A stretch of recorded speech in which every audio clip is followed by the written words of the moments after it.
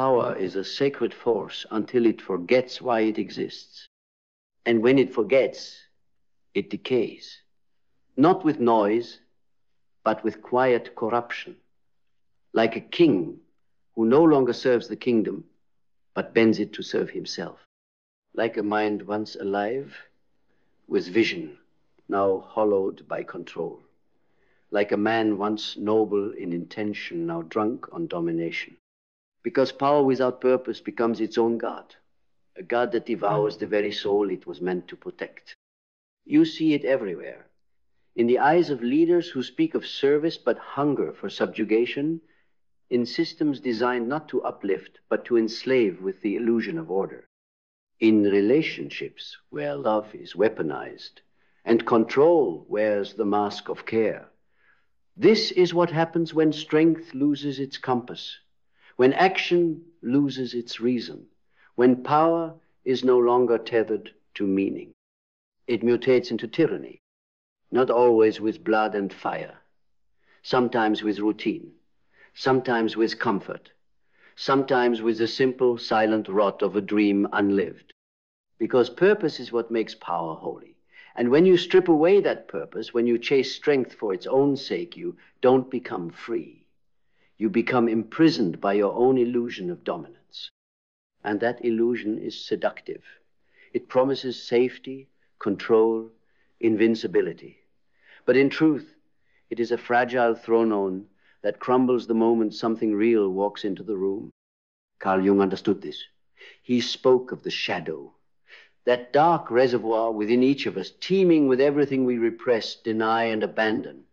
The man who seeks power without purpose, he is possessed by that shadow. He doesn't wield power, he is wielded by it. Because when you don't know why you want power, you will always use it to fill a hole that cannot be filled. You will demand loyalty instead of earning respect. You will manipulate love instead of offering presence. You will confuse fear for reverence and silence for peace. And you will call it leadership, you will call it masculinity, you will call it success, but it is none of those things. It is insecurity dressed in armor. It is trauma dressed in strategy. It is emptiness disguised as ambition. The truth is, real power begins where ego ends. It begins when you stop trying to conquer the world and start learning how to govern yourself. Because if you can't master your own impulses, your power is not strength, it is a threat. If your self-worth is built on others needing you, fearing you, obeying you, then your throne is made of sand. But the man who leads with purpose doesn't need to dominate. His presence alone redirects the room. His integrity is his strategy. His mission is his map, and his silence says more than most men's shouting. He is not feared, he is trusted. He is not loud, he is clear. He is not chasing power, he is power because he's aligned with something bigger than himself. That is the key, alignment. Power without alignment is like fire without containment. It scorches, consumes, destroys. But power with alignment, that is divine, that is transformation. That is the force that rebuilds civilizations, not just commands them. But to find your alignment, you must know your purpose. And not the shallow performative purpose that looks good on paper. Not the 10 steps to success kind of purpose, no. I'm talking about soul-deep purpose, the kind that breaks you open, the kind that scares you because it demands your whole self, the kind that doesn't ask for applause, only obedience to truth. To find that kind of purpose, you must go inward, into the silence, into the dark forest of your own unmet desires and unresolved grief.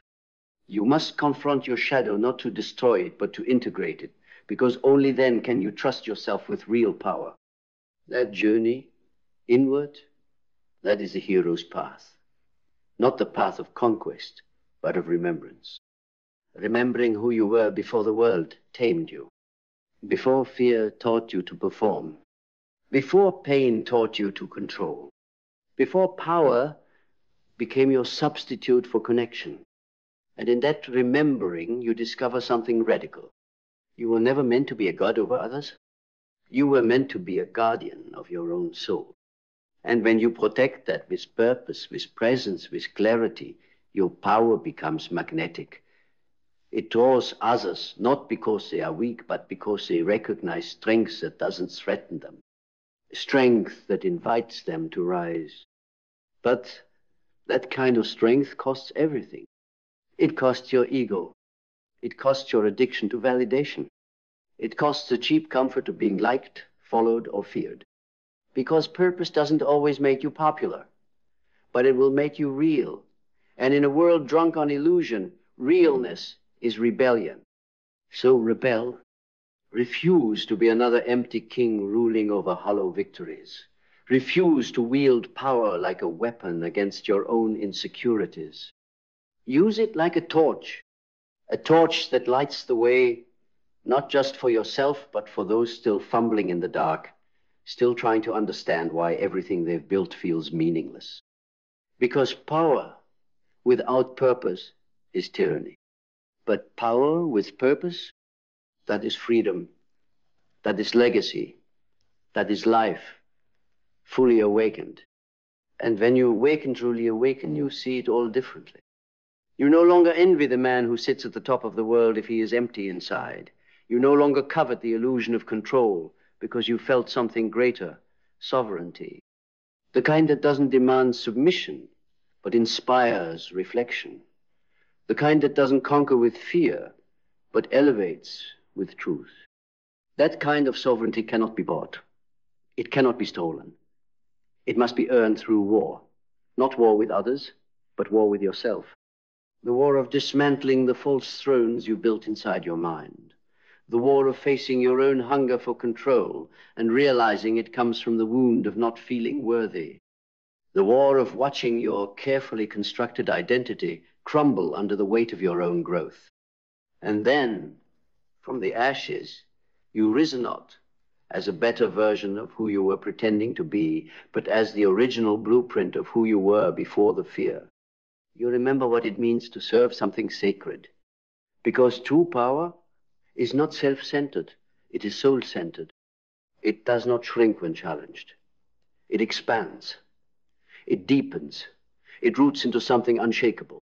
And that's why so many fall apart.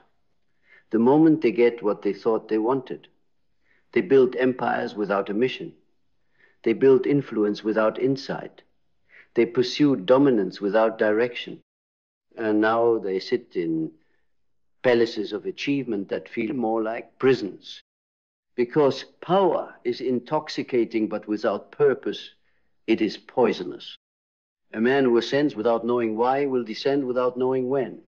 But a man who knows his why, he walks with fire in his chest and peace in his bones. He does not rush. He does not beg. He does not prove. He moves. He moves with clarity, with conviction, with vision so sharp it cuts through noise like a blade through silk. And when that kind of man enters a room, everything changes. Not because he demands it, but because his alignment commands it. You don't need to be the loudest. You don't need to be the most followed. You don't need to dominate the conversation. You need only one thing, to be fused to your purpose like steel to flame. Because when you are, the world cannot ignore you. They may resist you, they may fear you, they may misunderstand you, but they will never forget you. Because you didn't come to entertain. You came to embody. An embodiment leaves a mark no applause ever could. So now, the question remains, what is your purpose? Not the one they gave you. Not the one you borrowed from someone else's expectations. Not the one you fabricated to look impressive. But the one you feel in your blood. The one that makes you ache. The one that keeps whispering at night when the world is asleep. You know the one. It's been waiting. It's what you were meant to serve as your strength. What you were meant to build, not for validation, but for impact, not for ego, but for eternity. And when you serve that, when your power bows to your purpose, you become dangerous in the best way possible. Not because you threaten, but because you liberate. You become the man who cannot be used, because he no longer uses others. The man who cannot be owned, because he owns his vision. The man who cannot be manipulated, because he's already faced his own shadow and made peace with it. This is the path of the modern warrior, not to dominate, but to deliver truth in a world starved of it, to deliver clarity where there is confusion, to deliver order, not through force, but through alignment, and to deliver purpose to a world drowning in power without soul. That is your calling. That is your kingdom, not built on control, but born from courage. Courage, no, the shallow bravery of appearances, but the ferocious honesty it takes to look into yourself and not look away. The courage to question everything you've been taught about strength, power, and manhood. The courage to walk away from the throne of noise and step into the silence where your real voice lives. Because the voice of purpose doesn't shout. It doesn't beg. It doesn't seduce with promises of control. It whispers with relentless clarity. There's more to you than what you've been pretending to be. That voice is your map, your compass, your truth. But to follow it, you must let go of the false altars, the ones built on fear, the ones built on needing to be someone, the ones built on avoiding your pain by collecting achievements. Because power for the sake of avoiding your own insignificance isn't power, it's panic dressed in prestige. So what if you stopped performing? What if you stopped trying to be powerful and started becoming potent? Because potency is different. Potency is not image. It's not about domination or command. It's the quiet violence of presence, the depth of knowing why you've come, the unshakable weight of someone who knows their role in the greater design. The world has enough powerful men. It's starving for potent ones. Men whose actions align with something deeper than their egos. Men whose leadership doesn't demand followers, but ignites leaders in others. Men who aren't building empires to escape their pain, but are building temples where truth can live. This is your turning point.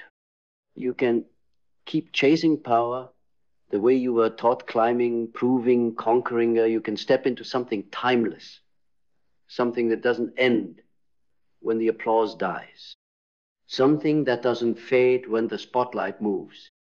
Purpose, that holy fire, that sacred assignment etched into your DNA before you were old enough to know your own name. You feel it. You've always felt it. Even when you tried to drown it in ambition, even when you buried it under control, even when you pretended you didn't need it. But it's there, quiet, waiting. And it will keep waiting until you're ready to burn everything false to reach it.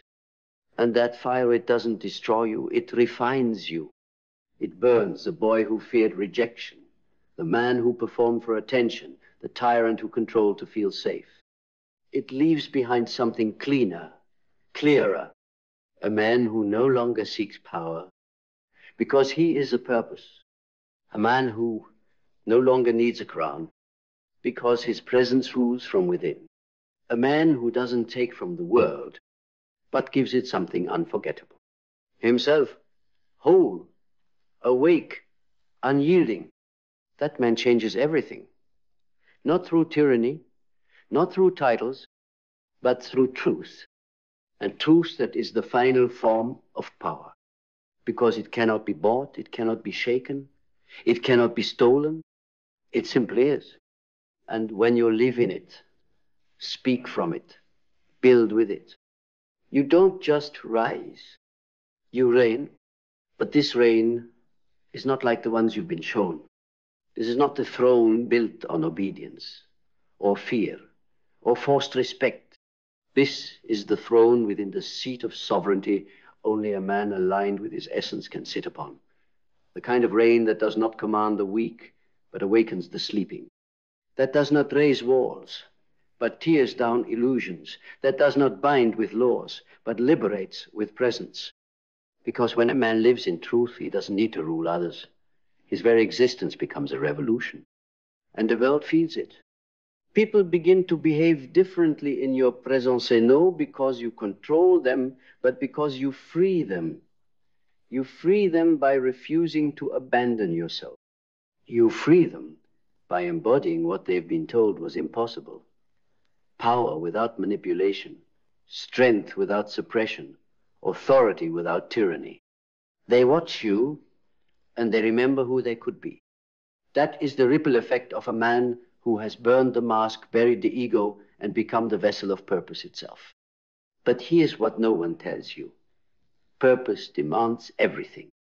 It demands your comfort, your excuses, your need to be liked, your obsession with appearing strong instead of being unshakable. It will strip you of your borrowed identities. It will ask you to walk through fire with your shadow in your arms. It will turn your loneliness into leadership, your wounds into wisdom, your failures into foundation. And it will cost you your old self, but what you gain? Clarity, conviction, calling, the kind of inner silence that roars louder than any title ever could. Because once you've found your purpose, and you let it run through you like blood, nothing can own you again. Not a boss, not a trend, not a fear, not a lie. You become a living landmark of truth in a world lost in imitation. And make no mistake, this world will try to pull you back. It will tempt you with power disconnected from meaning. It will dangle empty success in front of your face. It will reward the image more than the essence. But you will know the difference because you have seen the inside of yourself. You have walked through your own darkness. You have stood face to face with the tyrant you could have become and chosen the path of the sovereign instead. And that choice, you will make it every day. When it would be easier to control instead of trust. When it would be safer to silence instead of speak. When it would be faster to manipulate instead of move with integrity. But you won't trade your soul for shortcuts anymore. You've already burned the false god of control. Now, you live in alignment, and alignment doesn't shout. It resonates. It moves differently. Speaks less, but says more. Listens deeper. Acts cleaner. It is not the loudest in the room, but it is the most felt. And from that place, you build relationships rooted in mutual empowerment, not dependency. You build communities where authenticity is currency. You build systems, structures, legacies not to preserve your ego, but to pour your essence into something lasting. Because now you understand what legacy really is. It's not what you leave behind. It's what you awaken in others while you're here. And that is the only kind of power worth pursuing. The only power worth having is the kind that makes others feel more powerful in your présence and no less. It's the power that doesn't demand the spotlight, but carries light wherever it goes. It doesn't inflate the self, but expands the space around it, giving others room to breathe, to speak, to become. That's legacy. Not a name carved into buildings, not a brand built on vanity, but a frequency of vibration so pure, so grounded in purpose, that long after you are gone, it continues to echo through those you've touched. Not through control, through resonance. Because what the tyrant forces, the purposeful man inspires. You've seen what happens when men lead from emptiness. They create kingdoms of compliance, not connection. They hoard power because they don't trust others. They command silence because they cannot handle truth. They govern through fear because they've never learned how to govern themselves. That is not strength. That is unresolved trauma in a crown. But the man who leads with purpose, he governs himself first. He doesn't seek followers, seeks alignment. He doesn't broadcast authority, he embodies it. He doesn't force change, he becomes the change, and the world responds accordingly. That's what real influence is. Not coercion, but consequence. Not manipulation, but magnetism. Not domination, but devotion to something higher than self-interest. That kind of man terrifies the world that feeds on ego. He cannot be bought, cannot be baited, cannot be broken by approval or destroyed by rejection. He moves differently because he knows who he serves, his mission, and mission gives meaning to suffering. Mission gives structure to chaos. Mission turns pain into fire and fire into clarity, because you will still face struggle. You will still be tested. But now, every test becomes a mirror. Every failure becomes a lesson. Every delay becomes refinement. Because you're no longer measuring progress by outcomes, you're measuring it by alignment. And aligned men are dangerous. Not to people, but to systems that survive on numbness. To narratives that say you must dominate to matter. To illusions that tell you power is more important than purpose. You become the antidote, the glitch in the matrix, the reminder that a different kind of man exists. A man who no longer fears his own depth. A man who can sit in silence without needing to fill it with noise. A man who can stand alone without collapsing into self-doubt. A man who doesn't need to be needed because he knows he is necessary. And when you walk like that, with purpose etched into your spine and vision humming in your blood, everything you touch transforms. You no longer chase, you attract. You no longer force, you flow. You no longer command respect, you are respect. Because your life becomes your message. Your choices become your leadership. Your presence becomes your legacy. And your power now, fused with purpose, no longer threatens, but uplifts. No longer burdens, but blesses. No longer controls, but creates. You are no longer a man who rules through fear. You are the man who rules through fire. Now it's time. Time to stand not as a version of someone they expected, but as the man you remembered yourself to be. Time to lead not with noise, not with force, but with a silent fire of alignment that moves mountains without ever raising its voice. Time to live not to impress, but to embody. Let them chase power. You walk with purpose. Let them demand control. You hold the flame of something ancient, something holy. You are not here to rule the world. You are here to rebuild it with your presence, your truth, your example. And in a world starved of meaning, your life becomes the sermon. Your silence becomes the revolution. Your purpose becomes the pulse others remember how to feel again. Because you are no longer a man chasing fire. You are the fire. And no one can extinguish a man who has remembered his reason for burning.